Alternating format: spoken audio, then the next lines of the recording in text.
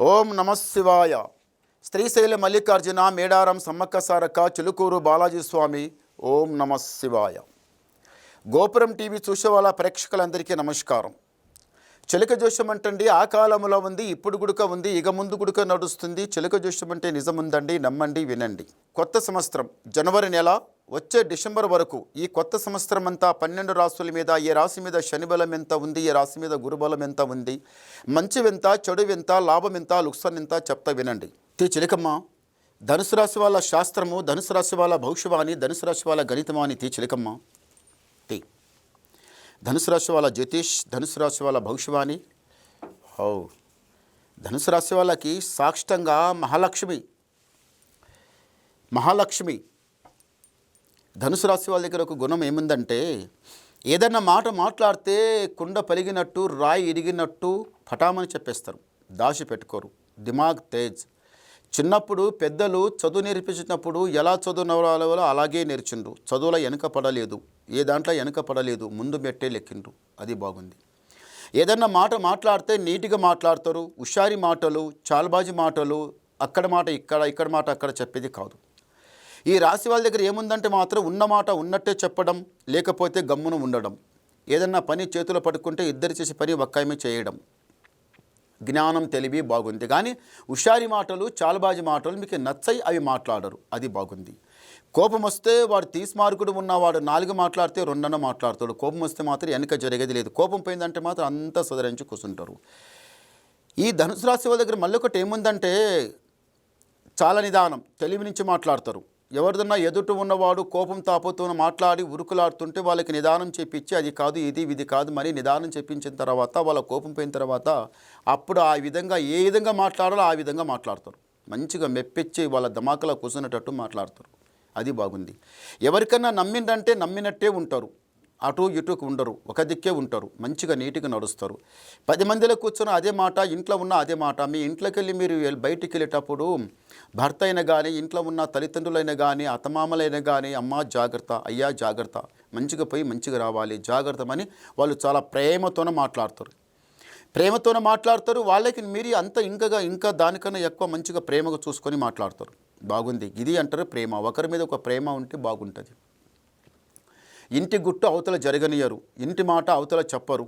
తన మాట ఏముందో మనసులను పెట్టుకుంటారు. ఇంట్లో మాట ఇంట్లోనే ఉంటుంది తప్ప ఇంట్లోది బయట చెప్పరు. బయటది వచ్చి ఇంట్లో ఏదో చెప్పుకొని కొట్లాడ జగడా పెట్టుకోరు. ఉన్న మాట ఉన్నట్టు మాట్లాడి గమ్మున ఉంటారు. అది బాగుంది. ఈ రాశి వాళ్ళు 7 కొండల మెట్లు, సాక్షంగా శ్రీమన్నారాయణ 7 కొండల మెట్లు ఈసారి మీరు లెక్కాలి. ఎందుకంటే ఈ కొత్త సంవత్సరం జనవరి నుంచి డిసెంబర్ వరకు ఈ కొత్త సంవత్సరం అంతా మంచి జరగాలంటే ఈసారి పై మెట్టు లెక్కాలనుకున్నా ఆ భగవంతుని దగ్గర ఒక్కొక్క మెట్టు మీరు పైకి ఎట్లా లెక్కుతారో, మీరు కూడా ఇంట్లో మేము ఒక 10 విధి కొంత సంపాదించుకొని పై మెట్టు లెక్కాలని మీ మనసులో ఉంది కదా, అలాగే లెక్కుతారు. మంచి జరుగుతుంది.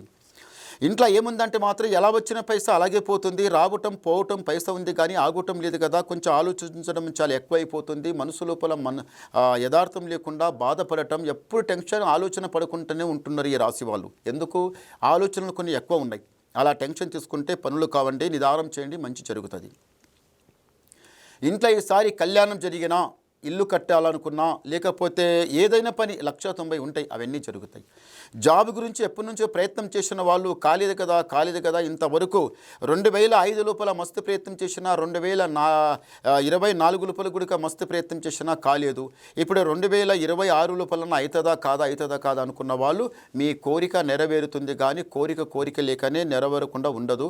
నెరవేరుతుంది, అవుతుంది, జరుగుతుంది, మంచిగా ఉంటుంది. కానీ భగవంతునికి నమ్మిన వాళ్ళు ఎప్పుడు చెడిపోరు, మంచిగానే ఉంటుంది. ఈ రాశి వాళ్ళకి మళ్ళీ ఒకటి ఏముందంటే, ధనుసు రాశి వాళ్ళకి భార్యాభర్తల బంధం ఎట్లా ఉంటుందంటే చాలా ప్రేమ ఉంటుంది. ప్రేమ ఉన్నట్టే ఉంటారు.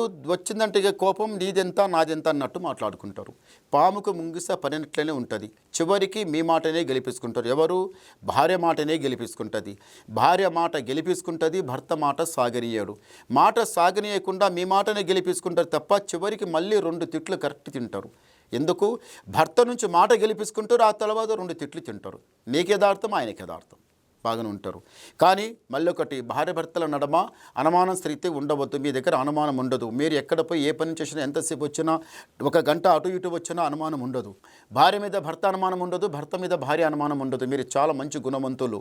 అలా అనుమానం పట్టుకుంటే జీవితమే నడవది. అట్లంటే లోకం లోపల మస్తు ఉంది. అలా అనుకుంటే తప్పు చేసేటవాడు ఇంట్లో అయినా చేస్తాడు, బయటైనా చేస్తాడు, ఎక్కడైనా చేస్తారు. మనకెందుకు ఇదంతా అనుమానం అని అలా ఏం అనుమానం పెట్టుకోరు. మీ భార్య భర్తల అనుమానం లేకుండా మంచిగా నీట్గా నడుస్తారు. అది చాలా మంచిది. అలాగే నడవండి. మీ దగ్గర మీ గుణాలు, మీ పిల్లలు కూడా అవే గుణాలు వస్తాయి. ఇప్పుడు పెద్ద పెద్ద పనులు అనుకుంటున్నారు, ఇల్లు కట్టాలి, ఇంట్లో కొంత కార్యం కళ్యాణం ఉంది, అది కూడా చెయ్యాలి, ఈసారి పైమెట్టు లెక్కాలి. ఎటు పోయినా కానీ 4 రాళ్ళు సంపాదించుకొని పైమెట్టు లెక్కాలి. అక్కడ చూస్తే ఇక్కడ చూస్తే ఎవరెవరో చాలా పైకి వెళ్తున్నారు, మేము ఎంతనో అంతే ఉన్నాం. అలా ఉండవద్దు. ఈసారి పైకి వెళ్ళాలనుకున్న వాళ్ళు తప్పనిసరిగా వెళ్తారు. దారిద్ర్య ఘడియ ఇంతవరకు ఇంటికి బాగానే సతాయిచ్చింది. ఇంటి మీద దృష్టి కన్ను చాలా సతాయిచ్చింది. ఇంటికి మొత్తం లాస్ అయిపోయింటూ, బర్బాద్ అయింటూ కొన్ని రోజుల వరకు. ఇప్పటికైనా మేము ఒక మెట్టు లెక్కమా అనుకుంటున్న వాళ్ళు కంపల్సరీగా పై మెట్టు లెక్కేది ఉంది. ప్రేమ బంధం కలుస్తుంది. భార్య భర్తల జంట బాగుంటుంది. పెద్దల సేవ చేస్తారు. పెద్దలకు సేవ చేసి మంచి పేరు సంపాదించుకుంటారు. చెడు పేరు మీరు సంపాదించుకోరు, మంచి పేరు సంపాదించుకుంటారు. రాజా బతుకుతారు. అన్నిటికీ మంచిగా ఉండాలంటే ఒకసారి 7 కొండల మెట్లు లెక్కి రావాలి. 7 కొండలు మెట్లు లెక్కాలంటే దానికి ఒక అర్థం చెప్తా వినండి. భర్త నేను దేవుని దగ్గర పోతామని జోలే సంకలు వేసుకొని ఏదో ఇంత టిఫిన్ కొట్టుకొని అది ఇంత సద్ది కట్టుకొని నేను వెళ్తా అంటే అది కరెక్ట్ కాదు. భార్య, పిల్లలు, భర్త కలిసి 10 రూపాయలు అప్పైనా స్వప్పైనా భార్య భర్తలు కలిసి సంతానం ఉన్న పిల్లలందరూ కలిసి వెళ్తే అది చాలా బాగుంటుంది.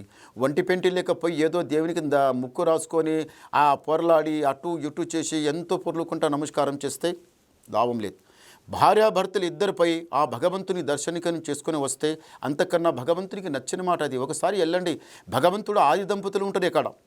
అలాగే వెళ్తే బాగుంటుంది. ఒక్కడి వెళ్తే అది కరెక్ట్ కాదు. చూడండి, ధ్యానం పెట్టుకొని వెళ్ళండి. భార్య భర్తలు కలిసి వెళ్ళాలి. ఎంత దూరమైన యాత్ర ఈసారి చేసేది ఉంది. తీర్థయాత్రలు చాలా ఘనంగా చేసేది ఉంది.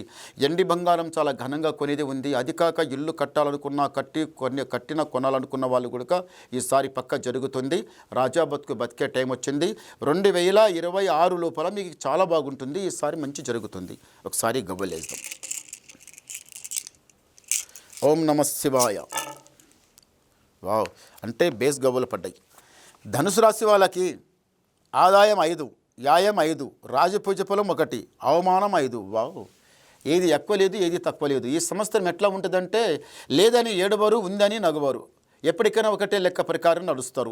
ఇటు వస్తుంది, అటు పోతుంది. కాలువలకెళ్ళి నీళ్ళు ఇటుకెళ్ళి అటు ఎట్లా వెళ్ళిపోతుందో పైస గుడక వస్తుంది పోతుంది కానీ ఆగది. అయినా కానీ మీకు కష్టం తప్పదు. ఈ సంవత్సరం అంతా అదే లెక్క నడవక తప్పదు, నడుస్తుంది. తొందరపడకండి. ఇంకా ఏమైనా వినాలనుకుంటే నాకు ఫోన్ ద్వారా మాట్లాడండి. మీ డౌట్ క్లియర్ చేసేస్తా. నమస్కారం.